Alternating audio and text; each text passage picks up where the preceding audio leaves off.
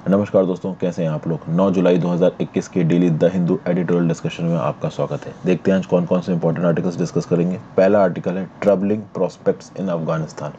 ये आर्टिकल मुझे बहुत अच्छा लगा। इसका रीज़न क्या है कि स्टैटिस्टिक्स के साथ बात की, और जब स्टैटिस्टिक्स के साथ बात की जाती है तब एक्चुअली में सिचुएशन क्या है इसके बारे में हमें ज़्यादा आइडिया लगता है। इस पर्टिकुलर आर्टिकल में ये जो यूएस का 20 साल लंबा इन्वॉल्वमेंट है, इसमें कितनी जान माल का नुकसान हुआ, कितने पैसों का नुकसान हुआ, और फाइनली क्या क्या उसके बेसिस पे प्रोग्रेस हुई। मतलब यूएस के अफगानिस्तान में इन्वॉल्व होने से, तालिबान और अलकायदा से लड़ने से कितना नुकसान हुआ है जान माल का और पैसे का, और उसका कितना फ़ायदा हुआ है, और फ़ायदा भी हुआ है।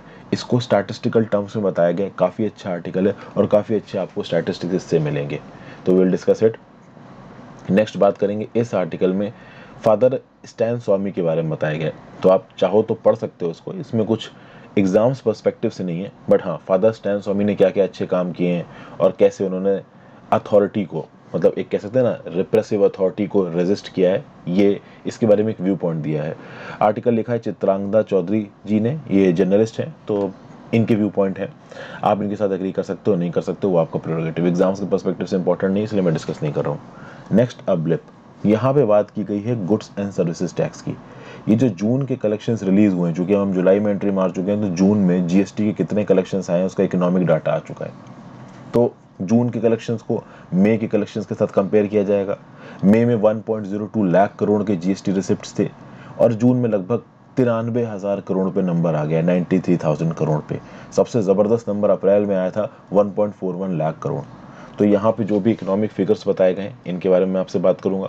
फिर नेक्स्ट आर्टिकल वही जो सबसे वायरल न्यूज़ चल रही है आज की डेट में, कि भाई ये जो नया कैबिनेट एक्सपेंशन हुआ है, इस नए कैबिनेट एक्सपेंशन का लॉजिक क्या है, कौन कौन से ऐसे मिनिस्टर्स थे जो कि काफ़ी दिग्गज मिनिस्टर्स माने जाते थे, बट ऐसा लगा कि उनके परफॉर्मेंस कोरोना के समय अच्छे नहीं थे, इसलिए अभी के लिए उनको हटा दिया गया। तो ओवरऑल इस आर्टिकल को देखेंगे। नेक्स्ट पेज पर अगर हम लोग एंट्री मारें तो एक आर्टिकल देख रखा है, should only elected legislators be eligible for chief ministership. आपको पता है कि हमारे देश के संविधान में एक पर्टिकुलर आर्टिकल के हिसाब से अगर किसी पर्टिकुलर पर्सन को प्राइम मिनिस्टर बनना है या चीफ मिनिस्टर बनना है, तो उसका लोकसभा, राज्यसभा या state legislative assembly, state legislative council का मेंबर होना ज़रूरी नहीं है। वो बिना मेंबर हुए 6 महीने के लिए बन सकता है, प्रधानमंत्री भी, चीफ मिनिस्टर भी, या कोई और मंत्री भी। आप मुझे नीचे कमेंट बॉक्स में बताइए कौन सा आर्टिकल ये सुविधा देता है। अब इस पर्टिकुलर आर्टिकल में कुछ पॉइंट्स बताए गए हैं कि भैया क्या इलेक्टेड लेजिस्लेटर्स को ही चीफ मिनिस्टर चीफ के लिए चुना जाना चाहिए। देखिए, लक्ष्मीकांत लक्ष्मीकांत तो नहीं, जो डीडी बासु की किताब है ना पॉलिटी की, सारे के सारे पॉइंट्स उसी के यहाँ पे रिपीटेड है कि भाई क्यों इलेक्टेड लेजिस्लेटर्स चीफ मिनिस्टरशिप के लिए सही हैं, क्यों नहीं सही हैं। मैं एक छोटी सी वीडियो बना के इसको कभी डिस्कस कर दूंगा। यहाँ पे मैं इसको इसलिए टेकअप नहीं कर रहा हूँ, फालतू में इस ईजी से इशू को मैं आपके लिए कॉम्प्लिकेट नहीं करना चाहता। वैसे अगर आप इस आर्टिकल के साइज को देखोगे, बहुत लंबा आर्टिकल और 2 ही 3 इंपॉर्टेंट पॉइंट्स हैं, तो कोशिश करूंगा कि एक सेपरेट वीडियो बना के कभी आपको समझा दूं। अगर आप इस आर्टिकल को नहीं भी पढ़ोगे तो चलेगा। देखिए, जो प्रोविज़न ऑलरेडी बना हुआ है, ठीक है ना, उसके अच्छे पॉइंट, बुरे पॉइंट डिस्कस करना ज़रूरी है।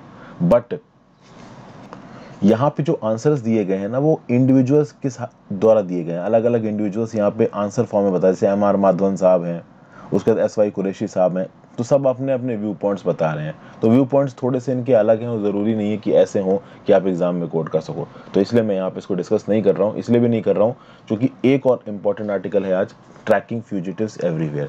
ये आर्टिकल मैं कहूँगा बहुत ज़्यादा ज़रूरी है। क्यों बहुत ज़्यादा ज़रूरी है? क्योंकि इस आर्टिकल में बात की गई कि भाई एक ऐसा डाटाबेस बनाने की हमको ज़रूरत है जिसके बेसिस पे इंडिया के अंदर जो भी फ्यूजिटिव्स हैं हम उनको ट्रैक कर सकें।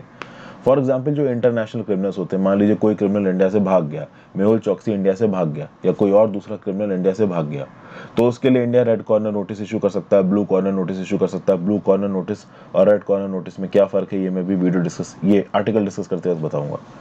तो ओवरऑल ये जो इंटरपोल है और जो इंटरनेशनल एजेंसीज होती हैं, जब किसी पर्टिकुलर कंट्री से उनके पास इन्फॉर्मेशन पहुंचती है, तो उनके पास एक सेंट्रलाइज्ड पोर्टल होता है जिसमें वो इन्फॉर्मेशन सेव होती है। तो किसी भी कंट्री ने अगर इंटरनेशनली डिक्लेयर कर रखा है कि भाई हमारे यहाँ से क्रिमिनल भाग गया है, तो उसका एक इंटरनेशनल डाटाबेस है जहाँ से पता करा जा सकता है कि भाई ये क्रिमिनल है और ये यहाँ पे वांटेड है। लेकिन जब बात आती है हमारे देश की, तो हमारे देश में ऐसा कोई सेंट्रलाइज्ड डाटाबेस नहीं है। तो हो सकता है कि एक पुलिस थाने में किसी एक पर्टिकुलर इंडिविजुअल की या क्रिमिनल की फाइल खुली हुई हो, और वो उस थाने के डोमेन से किसी और स्टेट में जाके किसी और डिस्ट्रिक्ट में रहने लगे और वहां पे हो सकता है अपना पुलिस वेरिफिकेशन भी करा ले घर का, ठीक है।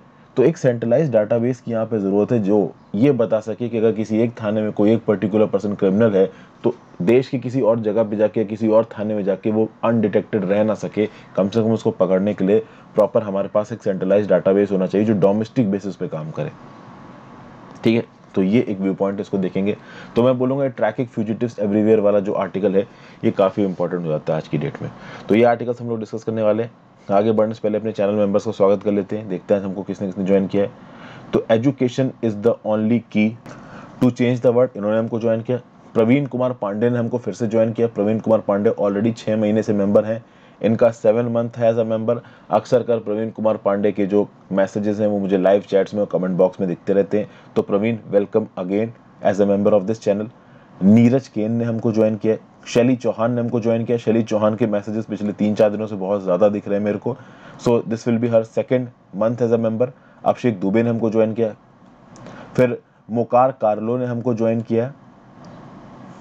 प्रिया रामराज ने हमको ज्वाइन किया। प्रिया रामराज का this will be 3rd month as a member Priya का। तो Priya once again welcome. So Priya, मोकार कार्लो, Abhishek Dubey, Shaili Chauhan, Neeraj Ken, Praveen Kumar Pandey, education is the only key, Suyash Mishra. I welcome you all to my channel. Thank you so much for being a member of my channel. Thank you so much for your consistent support. तो चलिए बिना time waste किए अपने आज के discussion को शुरू करते हैं। सबसे पहला article, troubling prospects in Afghanistan as the reality of the US withdrawal takes hold, the future will depend on the Taliban, Kabul dynamics and the Pakistan's role। देखिए पाकिस्तान रोल यहाँ पे बहुत ज़रूरी हो जाता है। पाकिस्तान का रोल यहाँ पे क्यों ज़रूरी हो जाता है, इसका एक बड़ा ज़बरदस्त यहाँ पे व्यू पॉइंट दिया हुआ है। तो पिछले हफ्ते ये न्यूज़ आई थी और इस न्यूज़ को मैंने आपके साथ कवर भी किया था। यूनाइटेड स्टेट्स ने जो अपना बगरम एयरबेस है वो अफगान अथॉरिटीज़ को दे दिया। सबसे बड़ा मिलिट्री सेंटर जो अफगानिस्तान के अंदर था यूएस का, वो हैंड ओवर कर दिया गया है। जितने भी इंपॉर्टेंट कोवर्ट ऑपरेशंस होते थे, जितने भी हवाई अटैक होते थे, ठीक है, ये सब आपके जितने भी ड्रोन स्ट्राइक्स होते थे ये सब बगरम एयरबेस से कोऑर्डिनेट किए जाते थे। और अब ये बगरम एयरबेस किसके पास चला गया है, तो अफगान अथॉरिटीज़ के पास चला गया है। और जैसा कि मैंने आपको पहले भी बताया था, पूरे चांसेस जब तालिबान अटैक करेगा ना प्रोविंशियल कैपिटल्स को, तो सबसे पहले तालिबान कोशिश करेगा कि इस बगरम एयरबेस पे कब्जा किया जाए। खैर वो बात की बात है, तालिबान धीरे धीरे करके अफगानिस्तान की फोर्सेस को घेर रहा है। तो जो सितंबर 11 की डेडलाइन थी ना, जो बाइडेन हो सकता है कि इस डेडलाइन से बहुत पहले ही बाहर निकल जाएं आपके अफगानिस्तान से। 90% से ज़्यादा विड्रॉल का प्रोसेस कंप्लीट हो चुका है। 14 अप्रैल को जो बाइडेन ने अनाउंस किया था कि हम भाई सितंबर 11 तक अफगानिस्तान से बाहर निकल जाएंगे, और बहुत स्पीड से बाहर निकल रहे हैं। अब जैसे जैसे यूएस की फोर्सेज यहाँ से बाहर निकल रही हैं, a familiar air of uncertainty is there. वही अनसर्टेनिटी सीप इन कर रही है। जो अफगान्स हैं वो कहीं ना कहीं डरे हुए हैं, अफगान के लोग, और खासकर जो लेडीज़ हैं, जो औरतें हैं वहाँ की, वो बहुत ज़्यादा डरी हुई हैं। क्योंकि अगर तालिबान का राज आता है तो वो 1996 से 2001 वाले राज की बात आएगी, और वुमेन राइट्स वहाँ पे नॉन एग्जिस्टेंट है। एक और बात दोस्तों, अगर आप वीडियो पर अब तक आपने लाइक बटन नहीं दबाया हो तो लाइक का बटन ज़रूर दबा दें। इस वीडियो को ज़्यादा से ज़्यादा लोगों के साथ शेयर करें, ये मैं बताना भूल जाता हूँ, इसलिए मैं फिर से बता रहा हूँ। और अच्छा लगे तो आप अच्छा टेलीग्राम ग्रुप तो खैर ज्वाइन कर ही लो, अच्छा लगे तो ज्वाइन बटन दबाओ। टेलीग्राम ग्रुप जरूर ज्वाइन करो, क्योंकि इस जो भी मैं लेक्चर्स सुबह के बेसिस पे एडिटोरियल के बनाता हूँ उनकी पीडीएफ आपको टेलीग्राम ग्रुप में मिल जाएगी। लेक्चर्स के नोटिफिकेशन आपको टेलीग्राम ग्रुप में मिल जाएंगे। तो टेलीग्राम ग्रुप जरूर से ज्वाइन कर लो। अच्छा लगे तो हाँ, इंस्टाग्राम पे फॉलो अप कर सकते हो। तो जैसा कि मैंने बताया कि काबुल जो कि अफगानिस्तान की राजधानी है, एक फेमिलियर एयर ऑफ अनसर्टेनिटी है। यहाँ के लोग डरे हुए हैं कि क्या होगा इनके लैंड का फ्यूचर। 50 साल से अफगानिस्तान की धरती पे कॉन्फ्लिक्ट चलता ही चला आ रहा है, और ये सिर्फ अफगानिस्तान के चैलेंज नहीं है, जो नेबर्स है उनके लिए भी चैलेंज है। चाइना को डर है थ्रू वखान कॉरिडोर, पाकिस्तान को तो देखो डर है ही, और इंडिया का भले ही सीधे सीधे लैंड बॉर्डर ना लग रहा हो, ऑन पेपर हमारा लैंड बॉर्डर लगता है बट सीधे सीधे नहीं लग रहा है, उसके बावजूद भी हमें इस बात का डर है कि कहीं अफगानिस्तान की ज़मीन से ये टेररिस्ट ऑपरेट ना करने लगे। तो मोस्ट प्रॉब्ली हमारी जो लीडरशिप है वो भी बैक एंड से तालिबान से बात कर ही रही होगी, ठीक है। अब तालिबान यहाँ पे धीरे धीरे करके आगे बढ़ रहा है। अभी तालिबान के रोल पे थोड़ी देर में आते हैं। सबसे पहले तो ये देखते हैं कि किस हद तक इस पूरे के पूरे इन्वॉल्वमेंट का इम्पैक्ट पड़ा है अफगानिस्तान के ऊपर। जब यूएस ने अक्टूबर 2001 में अफगानिस्तान में मिलिट्री इंटरवेंशन किया था। किसी को ये इल्म तक नहीं था कि ये इंगेजमेंट 20 साल तक चलेगा, और 20 साल के बाद भी यूएस जीता नहीं है। इनफैक्ट आप कहिए हार के ही वापस जा रहा है, और काफी महंगा पड़ा है यूएस को ये वॉर। 980 बिलियन डॉलर्स खर्च हुए हैं यूएस के। 2400 यूएस सोल्जर्स की जान गई है। 1144 एलाइड ट्रूप्स जिसमें नाटो के ट्रूप्स भी हैं उनकी जान गई है। 388 प्राइवेट मिलिट्री कॉन्ट्रैक्टर्स की यहाँ पे जान गई है। 143 बिलियन डॉलर्स रिकंस्ट्रक्शन पे खत्म किया गया। 90 बिलियन डॉलर्स अफगान की आर्मी, पुलिस और दूसरी सिक्योरिटी फोर्सेस पे खत्म किया गया है। 36 बिलियन डॉलर गवर्नेंस और इकोनॉमिक डेवलपमेंट पे खत्म किया गया है, और लगभग 36 बिलियन डॉलर जितना अमाउंट ही इंटरनेशनल कम्युनिटी की तरफ से आया है अफगानिस्तान के डेवलपमेंट के लिए, और बहुत सारा पैसा काउंटर नारकोटिक्स और ह्यूमैनिटेरियन रिलीफ। ये बेसिकली 143 बिलियन डॉलर्स का ब्रेकअप दिखाया जा रहा है। तो एक बहुत साइजेबल अमाउंट ऑफ पैसा खत्म किया गया। 143 बिलियन डॉलर्स कम नहीं होता है। उसके बाद असल अगर आप जान माल का नुकसान देखो तो किसको हुआ है? अफगान को हुआ है। इस 20 साल के वॉर में 50,000 अफगान सिविलियंस की जान गई है। 70,000 अफगान सिक्योरिटी फोर्सेस की जान गई है, और ज्यादातर सिक्योरिटी फोर्सेस जो कि अफगान की पुलिस और आर्मी है उनकी जान पिछले 7 सालों में गई है। इसके साथ साथ 60,000 अफगान तालिबानी मरे हैं। देखिए, तालिबान की तरफ से जो लोग मर रहे हैं वो अफगानिस्तान के ही लोग हैं। अफगानिस्तान की पाश्तून कम्युनिटी, मैंने आपको पहले बता रखा है, अफगानिस्तान की पाश्तून कम्युनिटी के ही है मेजॉरिटी ये तालिबानी लोग, और वो है अफगानिस्तान की, उन्हीं का देश है ये, तो वो भी तो मर रहे हैं, वो भी तो जानमाल को नुकसान ही है। उसको आप ये तो ना बोल सकते हो कि जानमाल को नुकसान नहीं है। तो मर तो दोनों तरफ से रहे हैं ना। तो हार यहाँ पे कौन रहा है? हार तो यहाँ पे ह्यूमैनिटी रही है ना।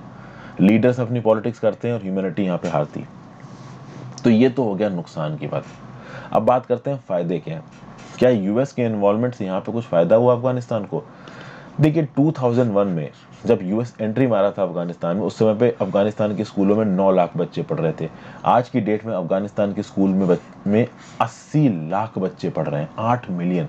9 लाख बॉयज से 80 लाख, मतलब एक बहुत बड़ा तबका बच्चों का अफगानिस्तान में स्कूलों में पढ़ रहा है, और इन 80 लाख में से 1/3 गर्ल्स हैं। तो आप कह सकते हैं कि लगभग 26-27 लाख गर्ल्स पढ़ रही हैं इस समय पे स्कूल में। This is basically impressive. मैं बहुत अच्छा तो नहीं बोलूंगा, अब यूरोप से तो ना कंपेयर करोगे, अगर अफगानिस्तान में सिविल वॉर चल रहा है इतने लंबे समय से। फिर आप देखिए तो जो लिटरेसी थी 2002 में अफगानिस्तान में 12% थी, वो 35% पे आ गई। बहुत इंप्रूवमेंट है कंपेरेटिवली देखा जाए। लाइफ एक्सपेक्टेंसी अफगानिस्तान में 40 साल से 63 साल पे आ गई है। अर्बनाइजेशन अफगानिस्तान में 26% पहुंच गया है, और 70% लोग अफगानिस्तान में टीवी देखते हैं। 2002 में अफगानिस्तान में केवल 320 मील की पेव्ड सड़क थी, पक्की सड़क थी। अब टार्ड, मतलब वो जो नहीं प्रॉपर डामर और एकदम काला वाला जो आपका सीमेंट होती है, उसको डाल के लगभग 10,000 मील की सड़क अफगानिस्तान में बना ली गई है। और जो इन्फेंट मोर्टेलिटी रेट है वो 20% से कम आधे हो चुके हैं। मतलब 20% थे 2001 के लगभग, और 50% से भी ज्यादा इन्फेंट मोर्टेलिटी रेट गिर चुके हैं। तो अफगानिस्तान में ये जो ह्यूमन डेवलपमेंट इंडिकेटर से इनमें भी इंप्रूवमेंट हुआ है। तो हम ये नहीं कह सकते हैं कि अफगानिस्तान हर एंगल पे हार ही रहा है, कुछ एंगल पे अफगानिस्तान यहाँ पे जीता भी है।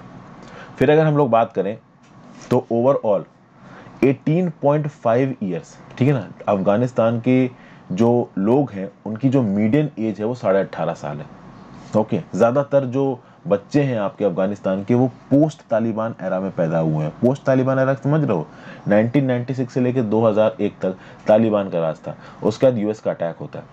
अभी 2001 से लेकर अब तक 20 साल बीत चुके हैं, और अफगानिस्तान की जो एवरेज मीडियन एज है वो 18.5 साल है। मतलब ज्यादातर लोग जो इस समय पर अफगानिस्तान में यंग हैं वो तालिबान के राज के खत्म होने के बाद पैदा हुए हैं।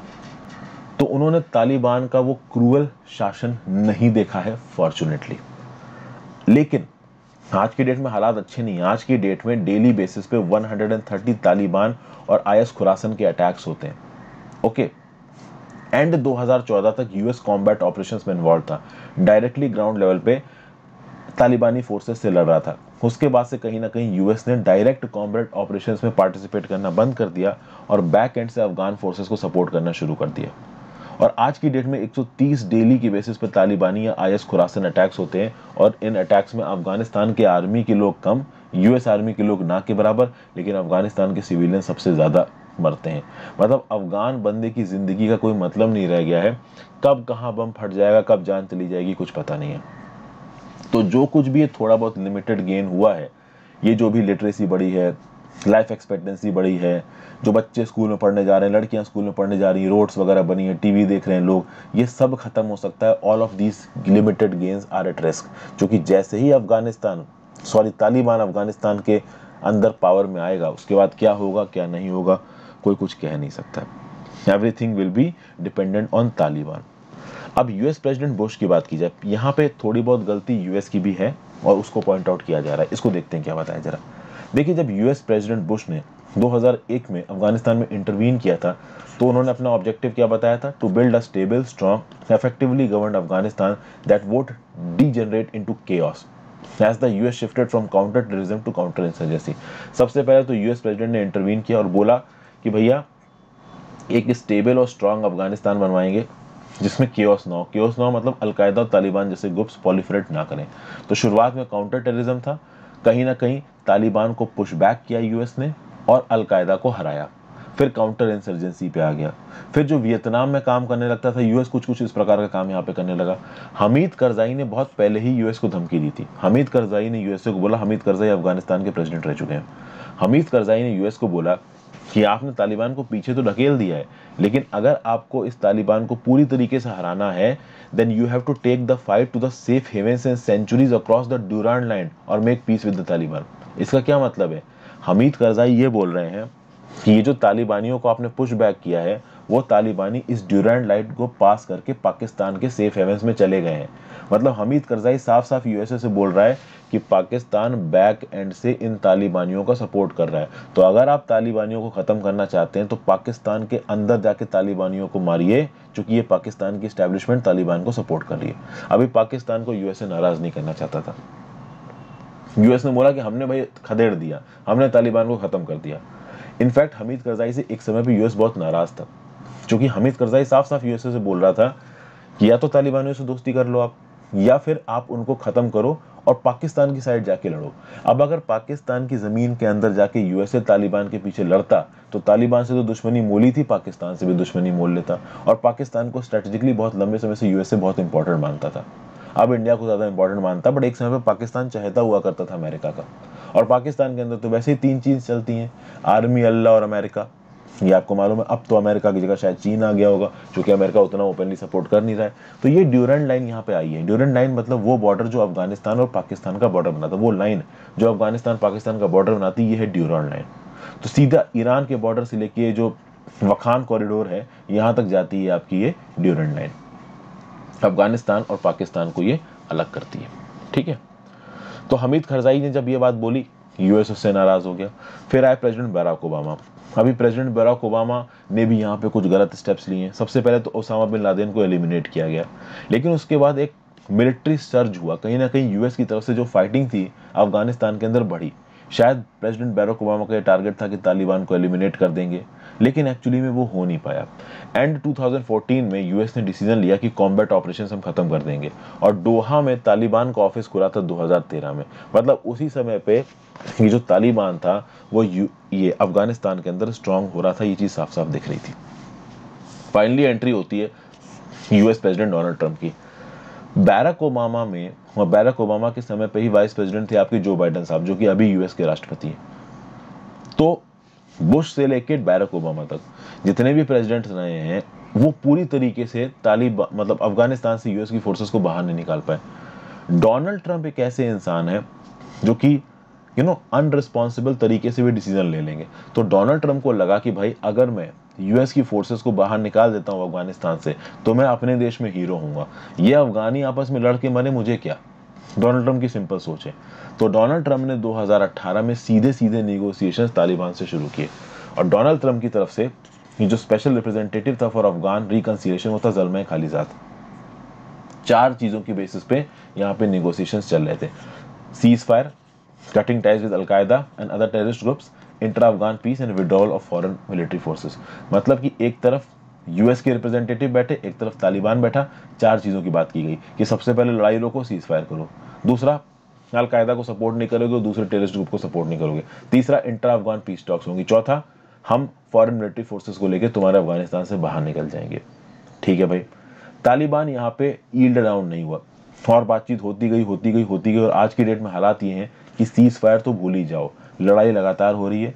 और ये भी कहा जा रहा है कि अलकायदा और बाकी टेररिस्ट ग्रुप्स को बैक एंड से सपोर्ट दे रहा है तालिबान। हालांकि सामने सामने तो ये बोल रहा है कि हम सपोर्ट नहीं दे रहे, सामने सामने ये बोल देगा कि हम सपोर्ट दे रहे हैं तो फिर यूएसए को रुकना पड़ जाएगा, और तालिबान चालू करने से चाहता है कि यूएस बाहर निकल जाए। इंट्रा अफगान पीस टॉक्स हो तो रही है बट नाम के लिए हो रही है। तालिबान सामने बैठ के बातचीत जरूर कर रहा है बट उस बातचीत का कोई मतलब नहीं है, क्योंकि जब बातचीत हो रही होती है उसी समय पे बम फट रहे होते हैं, सिविलियंस की जान जा रही होती है अफगानिस्तान के अंदर। और जो चौथा पॉइंट था जो तालिबान के फेवर में था कि सारी फॉरेन मिलिट्री फोर्सेस अफगानिस्तान की धरती से निकल जाएंगी, यही चीज बस यहाँ पे मानी जा रही है। मतलब फॉरेन फोर्सेस बाहर निकल रही हैं। इसका मतलब क्या है? इसका मतलब ये था कि तालिबान एक बात को समझ चुका था कि यूएस किसी भी हाल में अपनी फोर्सेस को बाहर लेके जाएगा।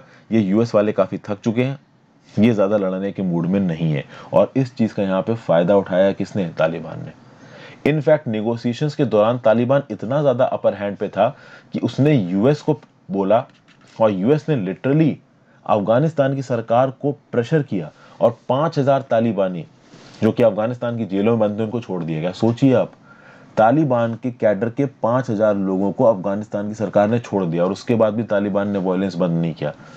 बस जो आपके अफगानिस्तान के प्रेसिडेंट थे ना, वो बार बार बोल रहे थे कि मैं इन सोल्जर्स, इन तालिबानियों को छोड़ना नहीं चाहता, बट यूएस प्रेशर में उनको छोड़ना पड़ा, और उसके बाद भी तालिबान ने अपनी लड़ाई बंद नहीं करी।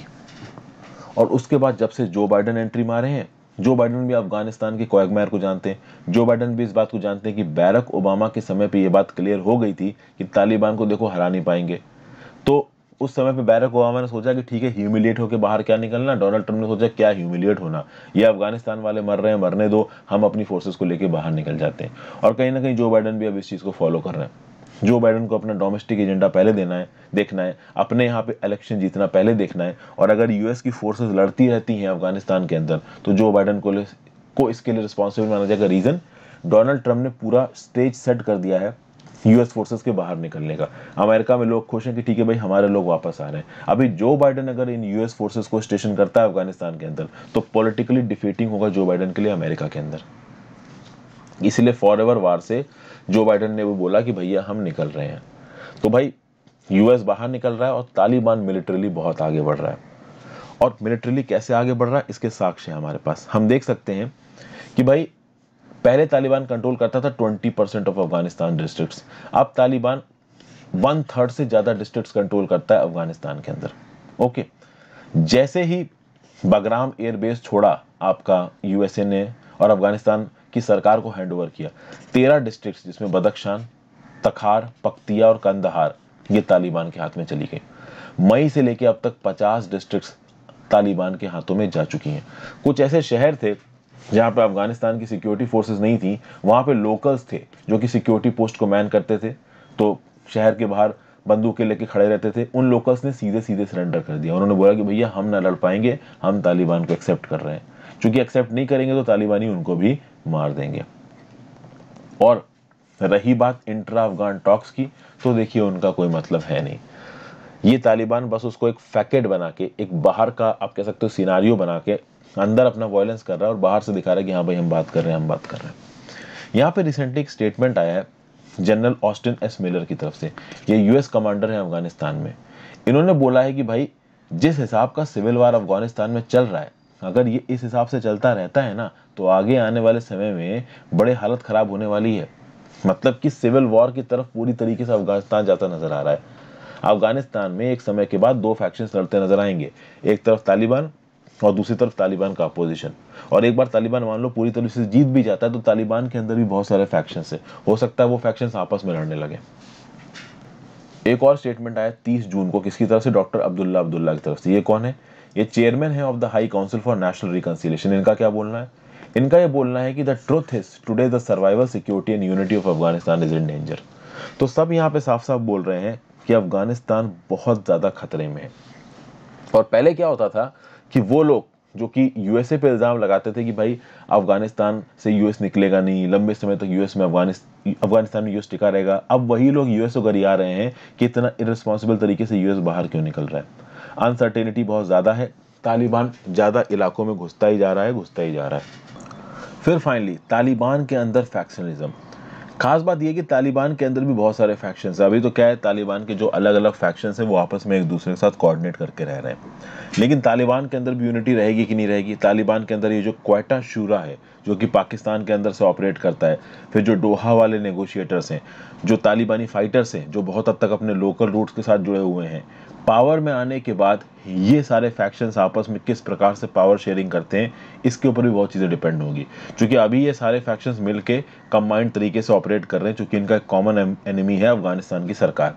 तो इनका पहला टारगेट है उसको हराना, बट उसको हराने के बाद ये किस प्रकार से एक्ट करेंगे वो भी देखने वाली बात है यहाँ पे।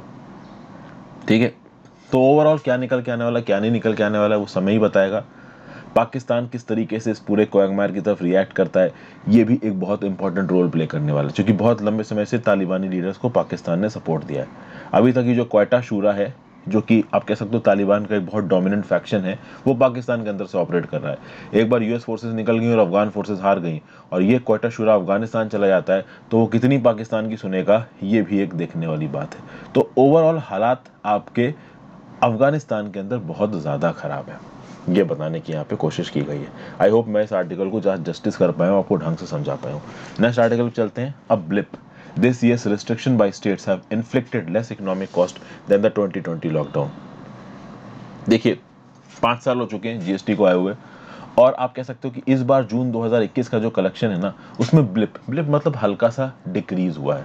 पिछले 8 महीनों से लगातार हम देख रहे हैं कि टैक्स रिसिप्ट जीएसटी की हर महीने 1 लाख करोड़ से ज़्यादा है, लेकिन इस महीने यानी कि बेसिकली जून 2021 में ऑलमोस्ट 93,000 करोड़ पे आ गई है। 93,000 करोड़ से थोड़ा ही कम है, पिछले 10 महीनों में सबसे कम फिगर है।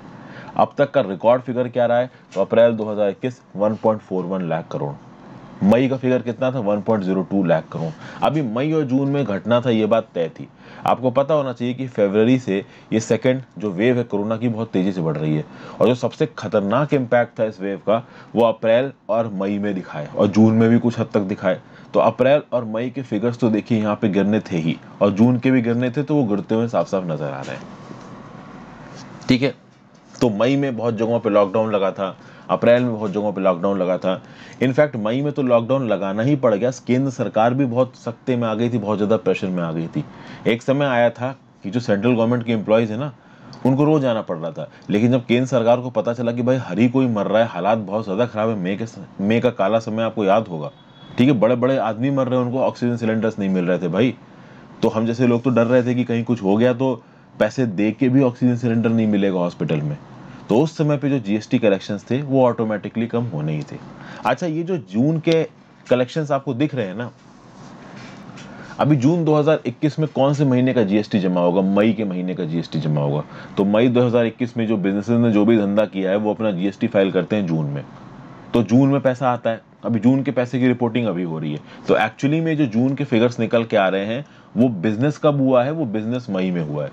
लेकिन आपको पता होना चाहिए कि सरकार ने स्मॉल बिजनेसेस के लिए अप्रैल की डेडलाइन को 1 महीने बढ़ा दिया था। ऐसा होता है ना कि जीएसटी बिजनेसेस को जिस महीने में जीएसटी भरना है, जिस महीने में उन्होंने धंधा किया, उसके अगले महीने में जीएसटी रिटर्न फाइल करना होता है, महीने के हिसाब से जीएसटी रिटर्न फाइल करना होता है। जीएसटी 1 और जीएसटी 3 भी शायद होता है, जीएसटीआर 3 भी होता है और जीएसटीआर कुछ होता है, आप जाके जीएसटी वेबसाइट, हालांकि उतनी जरूरत नहीं चेक करने की आपको, वो बिजनेसमैन के काम का ही चीज होती है। तो अप्रैल में कुछ ऐसे स्मॉल बिजनेसेस थे जिन्होंने मई में अपना जीएसटीआर फाइल ना करके जून में अपना जीएसटीआर फाइल किया। तो कहने का मतलब क्या है, कहने का मतलब ये है कि ये जो जून में 93,000 करोड़ रुपीस की सेल दिखाई जा रही है, ये सिर्फ मई का जीएसटी नहीं हो सकता, ये अप्रैल का भी हो। आई होप आप ये मई जून का ये पूरा का पूरा रिएक्शन समझ पा रहे हो। आज क्या है, आज है 9 जुलाई। अब आप बोलो सर 9 जुलाई में हम जून की जीएसटी की बात कैसे कर रहे हैं, तो समझिए बात को। जून में जितना जीएसटी का कलेक्शन आया उसको पूरा गिन के अभी रिलीज किया गया, और 9 जुलाई तक हमारे पास फिगर्स आ चुके हैं कि जून में एक्चुअली में जीएसटी कितना आया। ठीक है, क्लियर हो गई बात। अब जून में सरकार के पास कितना पैसा आया, ये पैसा कब का है, मई में जिन बिजनेसेस ने धंधा किया था, मई में जिन बिजनेसेस ने अपनी इनवॉइस जनरेट की थी और जितना भी जीएसटी उनका था, तो मई में थोड़ा ना भर दिया, जो भी मई में अगर भर भी दिया तो उसका जीएसटी रिटर्न कब फाइल हुआ, जून में फाइल हुआ। तो रिटर्न फाइल करना होता है, आपने कितना टैक्स दिया कितना टैक्स नहीं दिया, वो आप कब बताते हो भारत सरकार को, अपने आईटी रिटर्न के थ्रू बताते हो, इनकम टैक्स रिटर्न के थ्रू बताते हो। उसी प्रकार से हर जीएसटी ऑपरेटर अपना जीएसटी रिटर्न फाइल करता है। तो अगर धंधा उसका मई में हुआ है तो ज़्यादातर जीएसटी ऑपरेटर्स को जून की डेडलाइन दी जाती है, तो जून में वो अपना जीएसटी रिटर्न फाइल करते हैं। तो जून में जितना पैसा जमा हुआ उसकी रिपोर्टिंग अभी जुलाई में हुई और हम उन्हीं फिगर्स को डिस्कस कर रहे हैं। और इस चीज़ में हुआ ये है कि अप्रैल में जो धंधा किया था लोगों ने, उसकी डेडलाइन मई थी, लेकिन चूंकि कोरोना की सेकेंड वेव फैली थी तो मई डेडलाइन को 1 महीने बढ़ा दिया गया था। तो ये जो 93,000 करोड़ रुपए जून में आए हैं ना, हो सकता है इसमें कुछ बिजनेस अप्रैल का भी हो, यही बताया जा रहा है यहाँ पे। देखिए क्या लिखा हुआ है, the actual GST income attributable to May's economic activity would be lower than June gross GST के टी। कहने का मतलब ये है कि ये जो जून में 93,000 करोड़ का आप कह सकते हो जीएसटी कलेक्शन निकल के आ रहा है, जरूरी नहीं है पूरे मई का हो, क्योंकि अप्रैल के भी जीएसटी रिटर्न्स को फाइल किया है कुछ प्रोड्यूसर्स ने यहाँ पे। क्योंकि कोरोना की सेकेंड वेव थी तो 1 महीने के लिए जीएसटी रिटर्न का एक्सटेंशन मिल गया था इन जो भी आप कह सकते हो जीएसटी के बिजनेसमैन हैं उनको। फिर आप ये देखोगे कि मई में this is also reflected in the generation of e way bills which fell by a sharp 30% in May compare to April. तो अप्रैल के रिस्पेक्ट में मई में भी आप देखेंगे कि जो ई-वे बिल्स का जनरेशन है वो भी गिरा है। तो कुल मिला के क्या बताया जा रहा है कि अप्रैल से जब हमने मई में एंट्री मारी, कोरोना वायरस के केसेस थे ना वो बहुत खतरनाक तरीके से बढ़े, तो उसके साथ जो धंधा है वो भी कम हुआ और ओवरऑल जो ई-वे जनरेट हो रहे थे वो भी कम हुए। लेकिन यहाँ पे कुछ अच्छी बातें भी हैं। देखिए ई-वे बिल्स का डाटा पता चल जाता है। हम जो जून में आपके साथ डिस्कस कर रहे हैं पैसा, वो पैसा कब का है? मई का है। तो मई में जितना भी जीएसटी का काम हुआ उसका पैसा कब आया? जून में आया, और उसी का डाटा है 93,000 करोड़। और मई में ई-वे बिल कितने जनरेट हुए थे?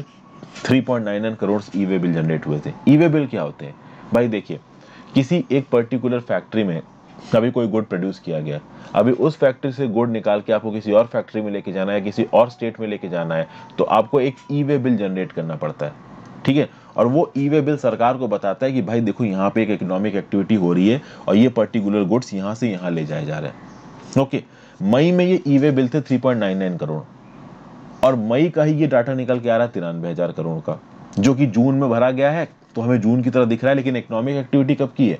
मई की है। तो उसी हिसाब से जून में ई-वे बिल जनरेट हुए हैं 5.5 करोड़। अब जून में जितना भी जीएसटी से रिलेटेड धंधा हुआ उसका जीएसटी फाइलिंग जुलाई में होगा, और वो डाटा अगस्त के पहले वीक में हमारे पास आ जाएगा, तो उस समय पे हम लोग उसको भी डिस्कस करेंगे। तो ओवरऑल ये बताया जा रहा है कि ये जो जून के 5.5 करोड़ ई-वे बिल है, इनको देख के हम लोग ये सेफली कह सकते हैं कि जुलाई के समय पे जो भी जीएसटी कलेक्शंस आएंगे वो काफी अच्छे आएंगे, ठीक है। प्लस एक बात और बताई जा रही है, भले ही मई जून में कोरोना की सेकेंड वेव के चलते हमारे पास एक इकोनॉमिक स्लो डाउन आया है, उसके बावजूद 2021-2022 के Q1 में प्री पैंडेमिक के रिस्पेक्ट में ज्यादा जीएसटी कलेक्शंस हो रहे हैं। तो ओवरऑल हमने ये देखा है कि भाई कोरोना का लॉकडाउन तो लगा है, बट ये जो स्टेट स्पेसिफिक कोरोना का लॉकडाउन लगा है, इससे इकोनॉमिक एक्टिविटी को उतना नुकसान नहीं हुआ है जितना नुकसान तब हो गया था जब फुल नेशन लॉकडाउन में चला गया था 2020 में। तो यहाँ पे ये भी ऑथर बोलने की कोशिश कर रहा है कि फुल नेशन लॉकडाउन के रिस्पेक्ट में ये जो स्टेट स्पेसिफिक लॉकडाउन लगा है इसमें नुकसान कम हो रहा है। प्लस निर्मला सीतारमण जी के स्टेटमेंट को यहाँ पे कोट कर रहे हैं। निर्मला सीतारमण जी ने बोला कि हमारी इकोनॉमी अब इतनी तेजी से बढ़ रही है कि हर महीने 1 लाख करोड़ के जीएसटी के कलेक्शंस होंगे, और ऐसा लग रहा है कि बहुत लंबे समय तक ये कलेक्शंस हो जाएंगे, पॉसिबल है। हाँ, इसमें कुछ आप कह सकते हो एक्सेप्शंस हैं कि भैया सेकेंड वेव जैसी कोई थर्ड वेव या फोर्थ वेव ना आ जाए, और अगर जिस हिसाब से वैक्सीनेशन प्लान किए गए हैं, अगर सबको प्रॉमिस के हिसाब से वैक्सीनेशन मिल जाता है और दिसंबर 2021 तक सबको वैक्सीन मिल जाती है, तो डेफिनेटली ये जो 1 लाख करोड़ का हम एवरेज लेके चल रहे हैं जीएसटी कलेक्शन का, इसको हम लोग मीट कर लेंगे। कुछ स्ट्रक्चरल करेक्शंस की जरूरत है जीएसटी रिजीम के अंदर, और उनको होने में समय लगेगा। तो बहुत लंबे समय से सरकार डिमांड कर रही है केंद्र की सरकार की पेट्रोलियम और इलेक्ट्रिसिटी को भी जीएसटी रिजीम में लेके आना चाहिए, तभी पेट्रोलियम के दाम कम होंगे। ओके, स्टेट और केंद्र सरकार के बीच में एक और बहस चल रही है। आपको पता है पेट्रोलियम के दाम बहुत ज्यादा है, क्योंकि केंद्र की सरकार भी टैक्स लगा रही है, राज्य की सरकार भी टैक्स लगा रही है। राज्य की सरकार चाहती है कि ये पेट्रोलियम भी जीएसटी में आ जाए, ठीक है, सॉरी, केंद्र की सरकार चाहती है कि पेट्रोलियम भी जीएसटी में आ जाए, राज्य की सरकारें चाहती नहीं है। राज्य की सरकारें क्या बोलती हैं कि सारे टैक्सेस तो तुमने ले ही लिए, जो टैक्सेस तुमने लिए उसका कंपनसेशन भी तुमने हमको नहीं दिया, तो अब एक दो टैक्स हमारे पास कुल मिला के बचे पेट्रोलियम जैसे, वो भी हम तुमको दे दें, ऐसा होगा नहीं। तो कुल मिला के पेट्रोलियम और इलेक्ट्रिसिटी जीएसटी रिजीम के अंदर आए, इसमें थोड़ा समय लगने वाला है।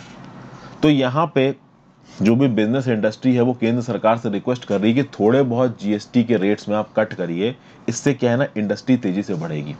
अब कितना कट होता है कितना कट नहीं होता है वो एक अलग बात है, लेकिन इकोनॉमिक एक्टिविटी बढ़ने की वजह से पेट्रोल डीजल का कंजम्पशन भी बढ़ रहा है। अब अगर पेट्रोल डीजल का कंजम्पशन बढ़ता है तो केंद्र की सरकारें, राज्य की सरकारें थोड़ा बहुत पेट्रोलियम और डीजल के ऊपर से टैक्स कट कर सकती हैं। उनके टैक्स कलेक्शन पे फर्क नहीं आएगा अगर पेट्रोल और डीजल के कंजम्पशन का रेट बढ़ जाता है तो। फिर एंड में यहाँ पे ऑथर एक और बात बोल रहा है कि यहाँ पे जीएसटी काउंसिल को समय समय पे मिलने की जरूरत है।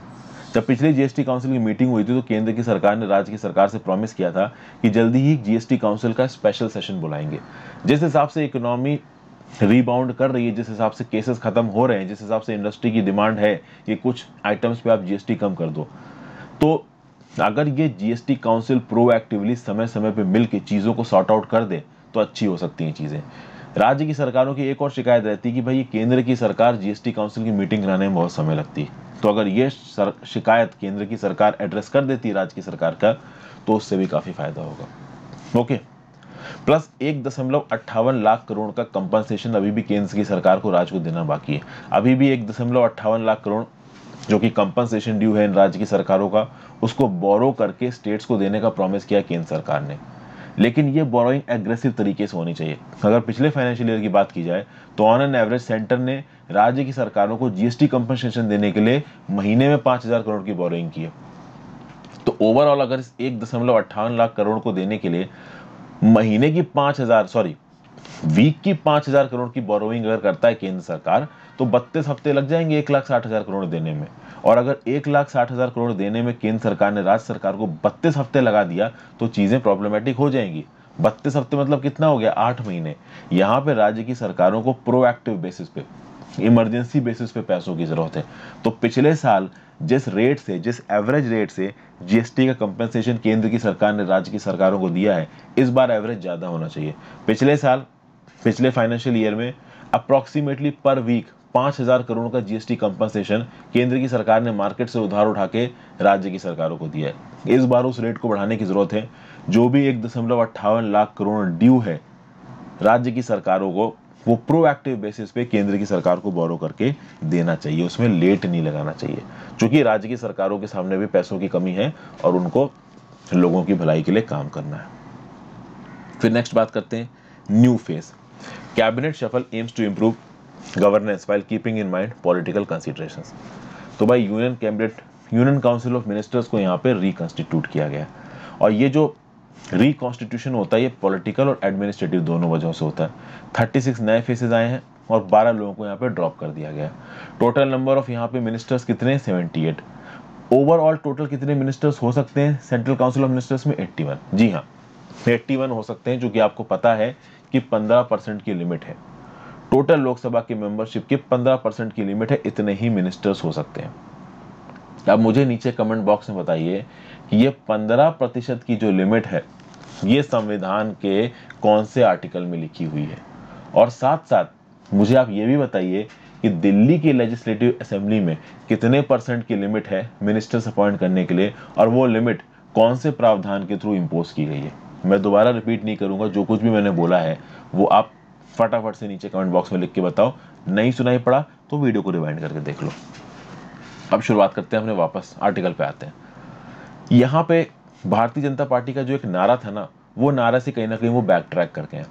जब भारतीय जनता पार्टी चुन के आई थी, उनका क्या नारा था, मिनिमम गवर्नमेंट मैक्सिमम गवर्नेंस। मतलब कि ये जो पोर्टफोलियो बांटना, ज़्यादा गवर्नमेंट डिपार्टमेंट्स बांटना, ज़्यादा स्कीमें चलाना और उनको इनएफिशिएंटली मैनेज करना, ये सब हम नहीं होने देंगे। तो जब भारतीय जनता पार्टी 2014 में जीत के आई थी, उस समय काउंसिल ऑफ मिनिस्टर्स में केवल 45 मेंबर्स थे, लेकिन अब आप देखोगे कि भाई 78 मेंबर्स हैं। तो यहाँ पे बीजेपी पार्टी की भी मजबूरी है। देखिए, हमारा देश एक बहुत बड़ा देश है, यहाँ पे अलग अलग कम्युनिटीज और अलग अलग रीजन्स के लोगों की अपने अलग अलग ख्वाहिशें हैं, अलग अलग पॉलिटिकल एस्पिरेशंस है। इंडिया एक बहुत डाइवर्स नेशन है और हमारी पार्लियामेंट इस डाइवर्स नेशन को अकोमोडेट करने के पूरे चांसेस देती है। और काउंसिल ऑफ मिनिस्टर्स में भी उनको अकोमोडेट करना बहुत ज़्यादा ज़रूरी है। तो यहाँ पे मोदी जी ने अपनी इसी काउंसिल ऑफ मिनिस्टर्स को बहुत हद तक डाइवर्स और रिप्रेजेंटेटिव बनाने की कोशिश की है। तो अलग अलग क्षेत्रों के लोग, अलग अलग कास्ट के लोग, अलग अलग धर्म के लोग। हालांकि इस आर्टिकल में ये भी लिखा है कि मुस्लिम्स को थोड़ा अंडर रिप्रेजेंटेशन है, बट ओवरऑल यहाँ पे ये बताया गया है कि हर कास्ट के लोगों को, चाहे वो ओबीसी हों, चाहे दलित्स हों, चाहे ट्राइबल कल्चर के लोग हों, सबको यहाँ पे रिप्रेजेंटेशन दिया गया है, ऐसा इस आर्टिकल में बता रहे हैं। चूंकि इलेक्शंस आने वाले हैं उत्तर प्रदेश में, बिहार में और बहुत सारी जगहों पे, तो उसके चलते अगर इन जगहों पे अपनी धाक जमानी है, बिहार में तो नहीं है पर उत्तर प्रदेश में तो आने ही वाले हैं, और इन जगहों पे धाक जमाने के लिए इन जगहों के लोगों को मिनिस्टर वगैरह का दर्जा देना पड़ेगा केंद्र के लेवल पे, इसलिए बीजेपी ने यहाँ पे कैबिनेट एक्सपेंशन किया है। एक और रीजन है यहाँ पे, 2024 में लोकसभा के इलेक्शंस आने वाले हैं, तो पहले उसकी पद पार्टी तैयार करनी पड़ेगी। प्लस कुछ मिनिस्टर्स को यहाँ पे एक्स किया गया है, हर्षवर्धन, रविशंकर प्रसाद और प्रकाश जावड़ेकर, इनको यहाँ पे हटाया गया है। ठीक है, अब इनमें से कुछ मिनिस्टर्स के ऊपर तो बहुत मजाक उड़ रहा था, बहुत उनका हंसी उड़ाई जाए। जैसे हर्षवर्धन साहब हेल्थ मिनिस्टर थे, तो गौमूत्र से कोविड ठीक हो सकता है, कोरोनिल नाम की दवाई से कोविड ठीक हो सकता है, तो बहुत सारी ऐसे अनसाइंटिफिक डिस्कशंस में हर्षवर्धन जी का नाम आ गया था, तो काफी इनकी बुराई हो रही थी। तो सरकार को लगा कि शायद हर्षवर्धन जी के हेल्थ मिनिस्टर बनने से सरकार की इमेज खराब होगी, तो इनको हटा दिया गया। नए हेल्थ मिनिस्टर कौन है नीचे कमेंट बॉक्स में बताओ, बिना कुछ सर्च मारे। ठीक है, अब तक तो ये न्यूज आपने पढ़ी ली होगी ना। उसी प्रकार से रविशंकर प्रसाद जी और प्रकाश जावड़ेकर जी को हटाया गया।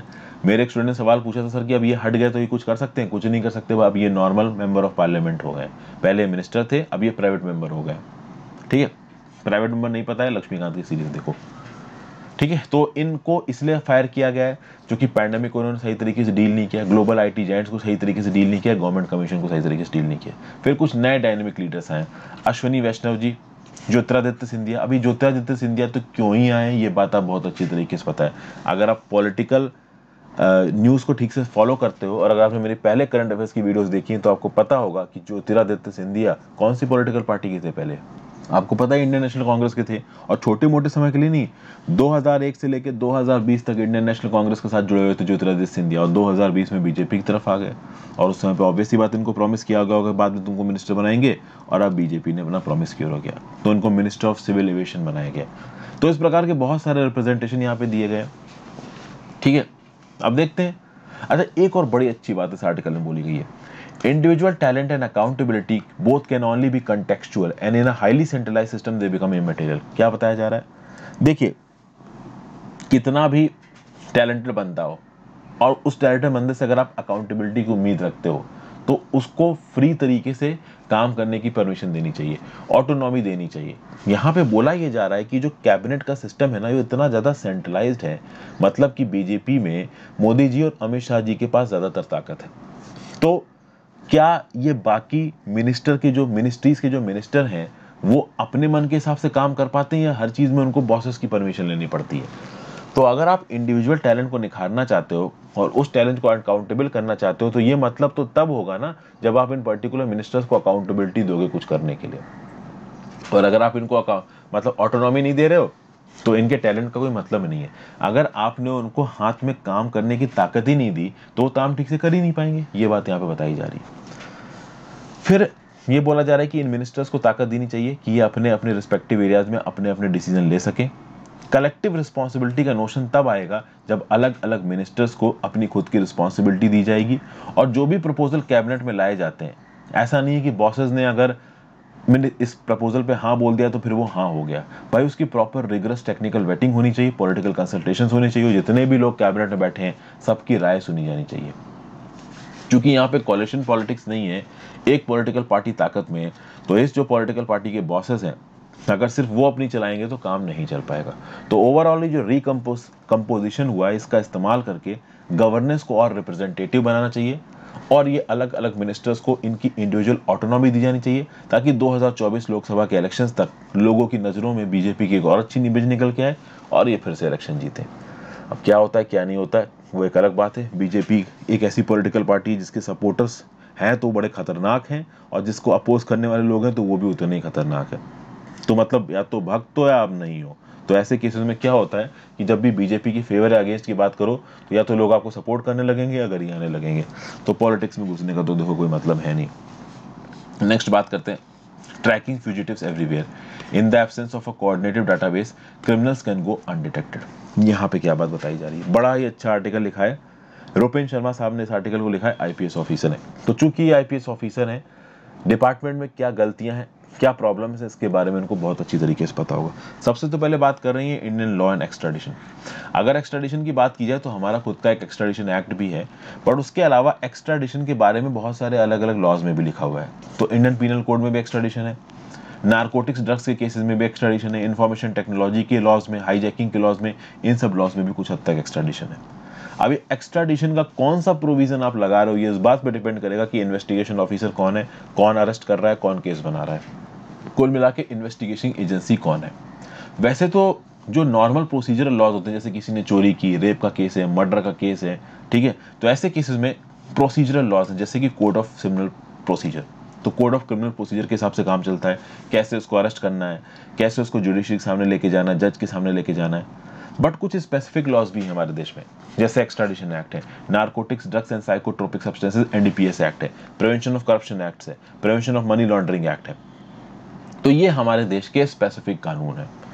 ओके, अब ज्यादातर जो इन्वेस्टिगेशन हमारे देश में होती है वो किस लेवल पे होती है, तो स्टेट्स में पुलिस स्टेशंस करते हैं इन्वेस्टिगेशन।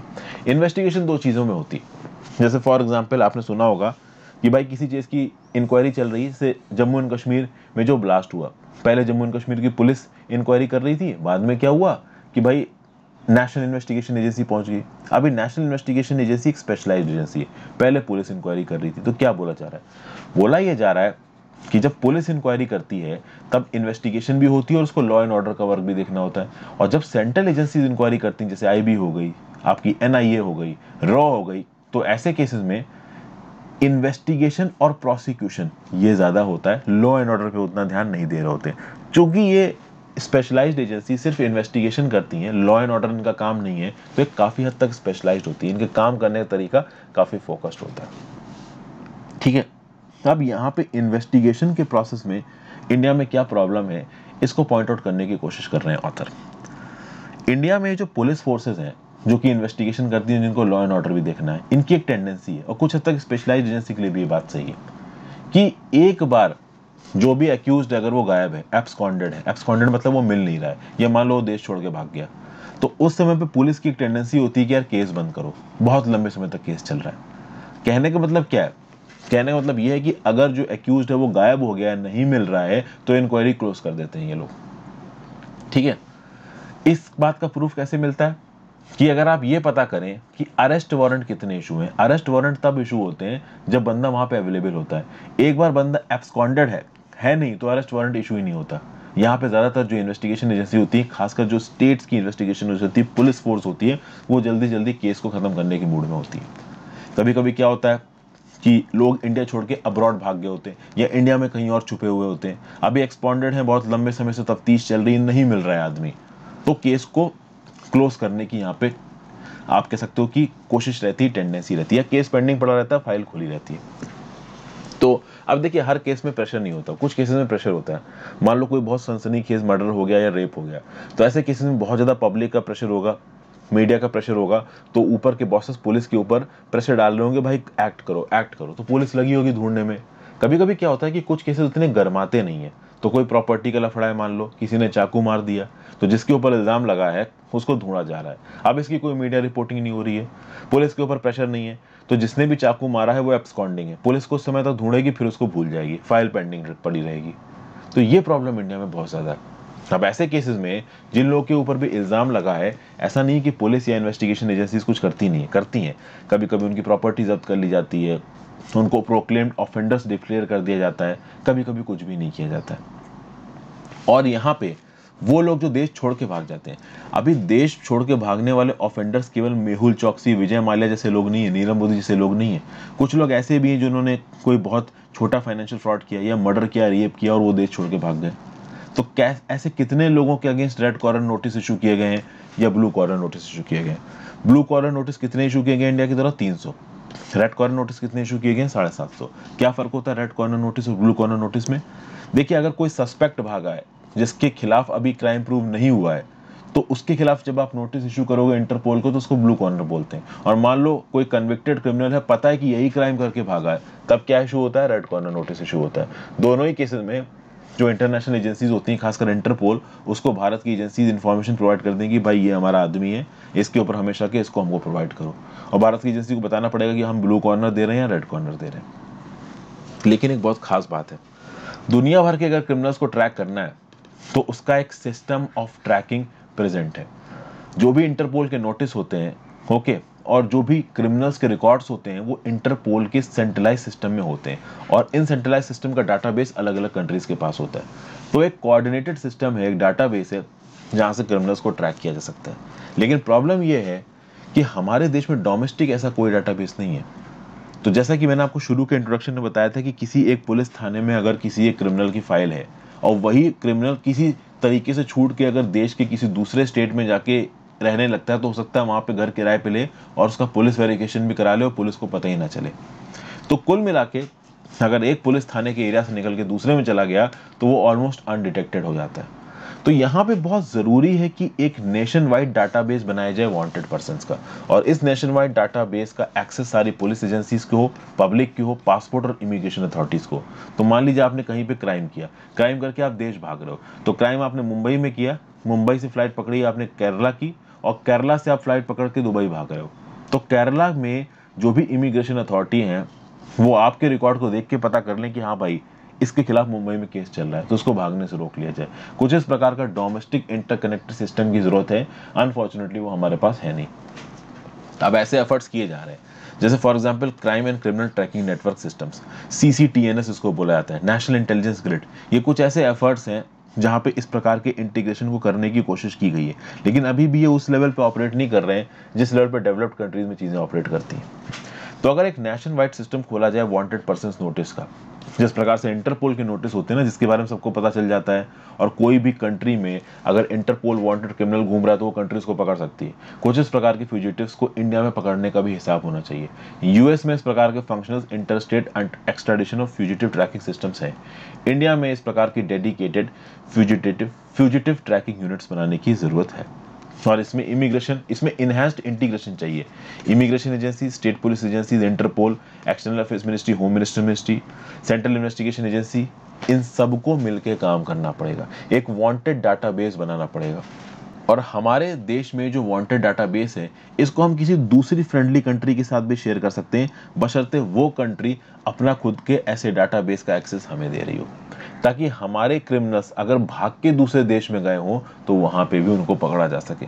तो हमारे देश के क्रिमिनल्स अक्सर कर आपने देखा होगा कि क्राइम करने के बाद नेपाल या बांग्लादेश भागने की टेंडेंसी रखते हैं, क्योंकि वहां के क्राउड में वो आराम से घुल मिल सकते हैं, उनको कोई आइडेंटिफाई नहीं करेगा।